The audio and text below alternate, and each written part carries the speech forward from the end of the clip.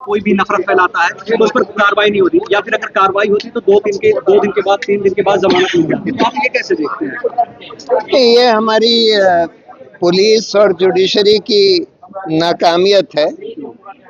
एक तो पुलिस जो है इनके खिलाफ केस रजिस्टर नहीं कर रही क्योंकि सरकार का दबाव होता है।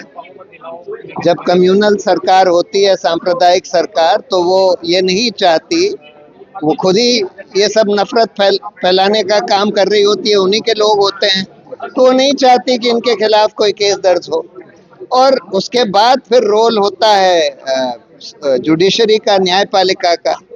न्यायपालिका भी कई बार हम देख रहे हैं, कई जगह हम देख रहे हैं कि सरकार के दबाव में काम कर रही हैं और इस वजह से ये केस नहीं दर्ज हो रहे हैं, लेकिन कभी कभी होते भी हैं, ऐसा नहीं। आपने ये कहा कि न्यायपालिका भी कम्युनल हो गई है, तो आपने ऐसा क्यों कहा कि न्यायपालिका कम्युनल हो गई है? ये तो दिख ही रहा है, बहुत सारे ऐसे फैसले आ रहे हैं जो कम्युनल हैं, जो कोई भी ईमानदार सेकुलर जज इस तरह के फैसले नहीं पास कर सकता जो पास करे जा रहे हैं। तो इससे दिख रहा है कि जज की जहन जो है कम्युनल।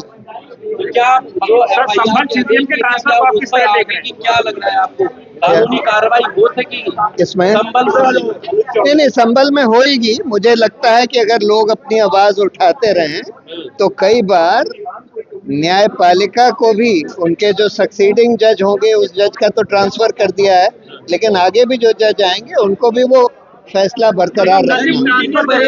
12 मुस्लिमों को निजी आवास में नमाज पढ़ने पर गिरफ्तार किया है, क्या कहना चाहते हैं?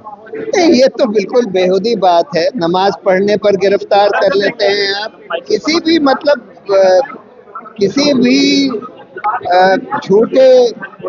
झूठे आधार पर आप लोगों को, मुसलमानों को गिरफ्तार कर रहे हैं, प्रताड़ित कर रहे हैं। ये पूरा भाजपा, आरएसएस और इन लोगों की पूरी सोची समझी साजिश है, कोशिश है। पुलिस वगैरह को इसी काम में इस्तेमाल किया गया है और दुर्भाग्य की बात यह है कि मेन स्ट्रीम मीडिया भी यही काम काफी हद तक कर रही है।